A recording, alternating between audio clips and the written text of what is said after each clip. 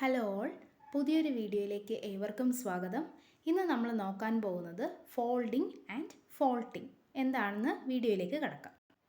നമുക്കറിയാവുന്നതാണ്, ഏതെങ്കിലും ഒരു ഒബ്ജക്റ്റിൽ ഒരു പ്രഷർ കൊടുക്കുകയാണെങ്കിൽ അല്ലെങ്കിൽ ഒരു ഫോഴ്സ് കൊടുക്കുകയാണെങ്കിൽ ആ ഒബ്ജക്റ്റിന് എന്തെങ്കിലും ചേഞ്ചസ് വരുമെന്ന് നമുക്ക് അറിയാവുന്നതാണ്. അതുപോലെ തന്നെയാണ് റോക്സിനും. റോക്കിൽ കംപ്രഷനോ അല്ലെങ്കിൽ ടെൻഷനോ സംഭവിക്കുമ്പോൾ ആ റോക്കിൽ ഡീഫോമേഷൻസ് ഉണ്ടാകുന്നു. അതാണ് ക്രാക്സ് എന്ന് പറയുന്നത്. ഭൂമിയുടെ അകത്തുള്ള എൻഡോജനിക് പ്രോസസ്സ് കൊണ്ട് ഭൂമിയുടെ ക്രസ്റ്റിൽ എന്തെങ്കിലും കംപ്രഷൻ സംഭവിക്കുന്ന സമയത്ത് ആ ഭൂമിയുടെ ക്രസ്റ്റ് റൈസ് ചെയ്ത് ഒരു ഫോൾഡ് ഉണ്ടാകുന്നു. അങ്ങനെയാണ് ഫോൾഡ് ഉണ്ടാകുന്നത്. അതായത് folding result from lateral forces of compression. കംപ്രഷൻ്റെ ഫോഴ്സ് കാരണമാണ് ഫോൾഡിംഗ് ഉണ്ടാകുന്നത്. അടുത്തൊരു ഇമേജ് കാണുമ്പോൾ നിങ്ങൾക്ക് കുറച്ചുകൂടി മനസ്സിലാവും. ഒരു എക്സാമ്പിളായിട്ട് പറയുകയാണെങ്കിൽ, നമ്മൾ കുറേ പേപ്പർ എടുത്ത് അടുക്കി വെച്ചതിന് ശേഷം അതിൻ്റെ രണ്ട് സൈഡിൽ നിന്ന് നമ്മൾ പ്രസ് ചെയ്യുകയാണ്. അങ്ങനെ പ്രസ് ചെയ്യുമ്പോൾ എന്ത് സംഭവിക്കും? ആ പേപ്പർ റൈസ് ചെയ്തൊരു ഫോൾഡ് പോലെ ആയി മാറും.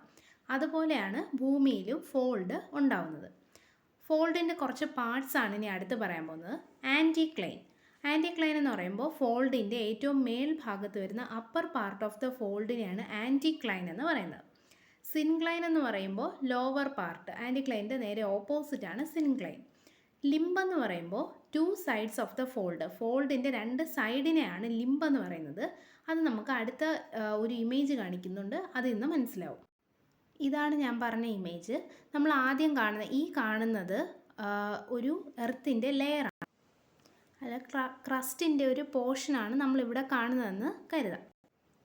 ആ ക്രസ്റ്റിലേക്ക് എന്ത് ചെയ്യുന്നു? രണ്ട് സൈഡിൽ നിന്നും കംപ്രഷൻ സംഭവിക്കുകയാണ്. അങ്ങനെ സംഭവിക്കുമ്പോഴാണ് അവിടെ ഫോൾഡ് ഉണ്ടാവുന്നത്. ഈ ഒരു രൂപത്തിലുണ്ടാവുന്നതാണ് ഫോൾഡ്. അപ്പോൾ ആദ്യം എർത്തിൻ്റെ സർഫസ് ഉണ്ട്, അവിടെ എന്തെങ്കിലും കംപ്രഷൻ ഫോഴ്സ് ഉണ്ടാവുന്നു, അതിനുശേഷം എന്തുണ്ടാവുന്നു? ഫോൾഡ് ആയിട്ട് അത് മാറുന്നു. ഇത്രയാണ് ഫോൾഡ് എന്ന് പറഞ്ഞത്. ഇനി അതിൻ്റെ പാർട്സ് ഏതൊക്കെയാണെന്ന് നമുക്ക് നോക്കാം. ആദ്യം പറഞ്ഞ ആൻറ്റിക്ലൈൻ. ഈ മേളിൽ കാണുന്ന പോർഷനെയാണ് ആൻറ്റിക്ലൈൻ എന്ന് പറയുന്നത്. അടുത്തതായിട്ട് സിൻക്ലൈൻ. സിൻക്ലൈൻ നമ്മൾ പറഞ്ഞു, താഴെ വരുന്ന പോർഷൻ, ഈ ഭാഗമാണ് സിൻക്ലൈൻ എന്ന് പറയുന്നത്. അടുത്തത് ഒരു ഫോൾഡിൻ്റെ രണ്ട് ഭാഗത്ത് വരുന്ന ഭാഗങ്ങളെയാണ് ലിംബ് എന്ന് പറയുന്നത്. ഒരു ഫോൾഡിൻ്റെ രണ്ട് സൈഡ്, ലിംബ്. ഇത്രയാണ് ഫോൾഡിൻ്റെ പാർട്സ്: ആൻറ്റിക്ലൈൻ, സിൻക്ലൈൻ, ലിംബ്. തൽക്കാലം ഈ ഒരു ഇമേജ് നോക്കാം. ഇപ്പോൾ ഇതൊരു ഫോൾഡാണ്. അപ്പോൾ ഈ മേലുള്ള ഭാഗത്തിന് ആൻറ്റിക്ലൈൻ എന്നും താഴെ വരുന്ന ഭാഗത്തെ സിൻക്ലൈൻ എന്നും, ഈ രണ്ട് സൈഡിൽ ഈ ഭാഗം, ഇത് ഈ ഭാഗങ്ങളെ നമുക്ക് ലിംബ് എന്നും വിളിക്കാം. അടുത്ത് നമ്മൾ നോക്കാൻ പോകുന്നത് ഫോൾഡ് പലതരത്തിലുണ്ട്, അത് ഏതൊക്കെയാണെന്നാണ്. Types of fold. ഇപ്പോൾ ഷേപ്പിൻ്റെ ബേസിസിലും പല ബേസിസിലും നമുക്ക് തിരിച്ച് ഫോൾഡിനെ കുറിച്ച് പറയാം. ഈ വീഡിയോയിൽ ഷേപ്പിൻ്റെ ബേസിസിലാണ് ഫോൾഡിനെ ഡിവൈഡ് ചെയ്ത് പറയുന്നത്. ആദ്യത്തേത് സിമ്മട്രിക്കൽ ഫോൾഡ്, അല്ലെങ്കിൽ ഇതിനെ സിമ്പിൾ ഫോൾഡ് എന്നും പറയും. ഈ ഇമേജ് കാണുമ്പോൾ തന്നെ നമുക്ക് മനസ്സിലാവും, ആ നടുക്ക് വരുന്ന ബ്ലാക്ക് ലൈനിൻ്റെ ഒരേപോലെ മിറർ ഇമേജ് പോലെയാണ് രണ്ട് സൈഡ് നമുക്ക് കാണാൻ പറ്റുന്നത്.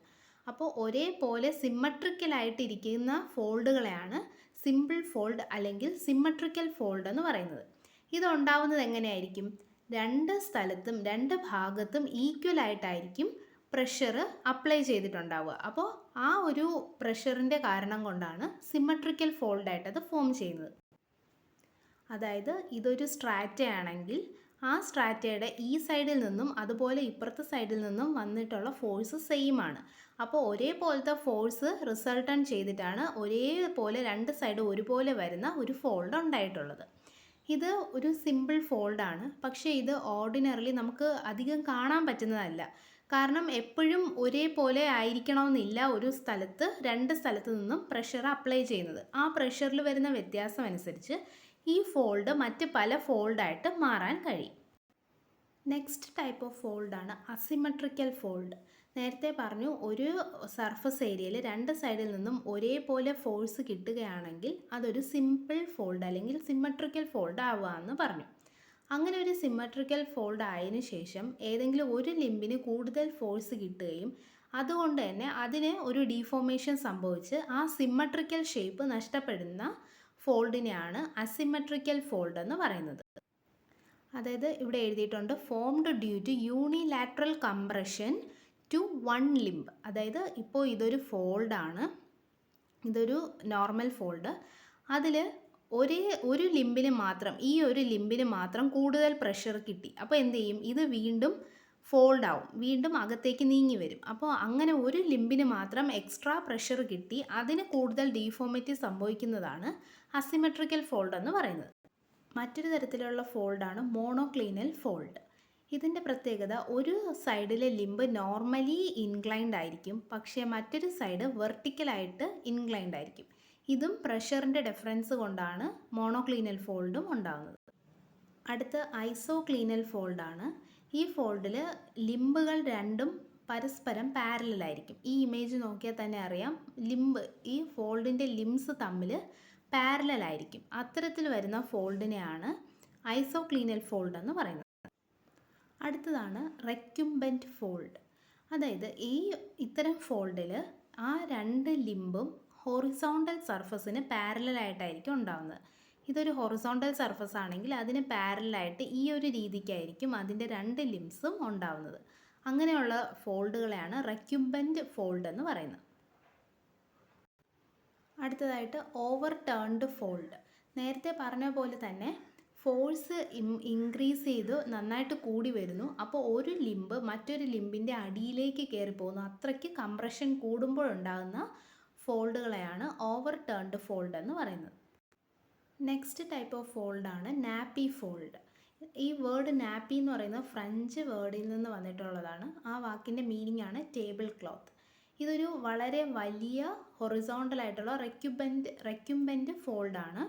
നമ്മൾ നേരത്തെ എന്താണ് റെക്യുംബൻറ്റ് ഫോൾഡ് എന്ന് പറഞ്ഞിരുന്നു. ഹൊറിസോണ്ടലിന് പാരലായിട്ട് വരുന്ന ലിംബ് വരുന്ന ഫോൾഡുകളെയാണ് റെക്യുംബൻറ്റ് ഫോൾഡ് എന്ന് പറയുന്നതെന്ന് പറഞ്ഞു. അപ്പോൾ ഇത് വളരെ വലിയ റെക്യുംബൻറ്റ് ഫോൾഡുകളാണ്. ഇത് എങ്ങനെയാണ് ഉണ്ടാകുന്നത്? എൻഡോജനിക് ഫോഴ്സസ് ഭയങ്കര ഹൈ ആവുമ്പോൾ, അല്ലെങ്കിൽ അതിൻ്റെ സ്ട്രെങ്ത് വളരെ കൂടുമ്പോൾ ഈ ഫോൾഡ് ചെയ്ത് വന്ന ഭാഗം പൊട്ടിപ്പോവുകയും എന്നിട്ട് പൊട്ടി മാറി ഉണ്ടാകുന്ന ഫോൾഡുകളെയാണ് നാപ്പി ഫോൾഡ് എന്ന് പറയുന്നത്. ചില സാഹചര്യങ്ങളിൽ എന്ത് ചെയ്യാം, ഇത് ഇങ്ങനെ ഫോൾഡ് വന്നതിന് ശേഷം അത് ബ്രേക്ക് ചെയ്യുന്നു. ബ്രേക്ക് ചെയ്തതിന് ശേഷവുമുള്ള ഫോഴ്സിൻ്റെ ആ ഒരു പ്രഷർ കൊണ്ട് ഈ പൊട്ടി മാറിയ സ്ഥലം വീണ്ടും ഒരുപാട് സ്ഥലത്തേക്ക് നീങ്ങിപ്പോവാം, കിലോമീറ്ററുകളോളം നീങ്ങിപ്പോവാം. എന്നിട്ട് ഈ ഫോൾഡിൻ്റെ പകുതി ഭാഗം വേറൊരു സ്ഥലത്ത് പോയി ഇരിക്കാം. അപ്പോൾ നമ്മുടെ ഹിമാലയാസിലും അങ്ങനെയുള്ള ഏരിയാസിലൊക്കെ, അവിടെ നമുക്കറിയാലോ ഹിമാലയാസ് കംപ്രഷൻ കൊണ്ടുണ്ടായതാണെന്ന്. അപ്പോൾ അതുപോലെയുള്ള സ്ഥലങ്ങളിൽ ഈ നാപ്പി ഫോൾഡ് ഒരുപാട് കാണാൻ പറ്റുന്നതാണ്. അപ്പോൾ ഇന്നത്തെ വീഡിയോ ഇത്രയേ ഉള്ളൂ.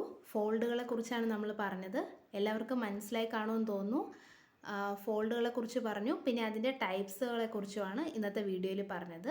എല്ലാവരും ഇഷ്ടമായെങ്കിൽ ലൈക്ക് ചെയ്യുക.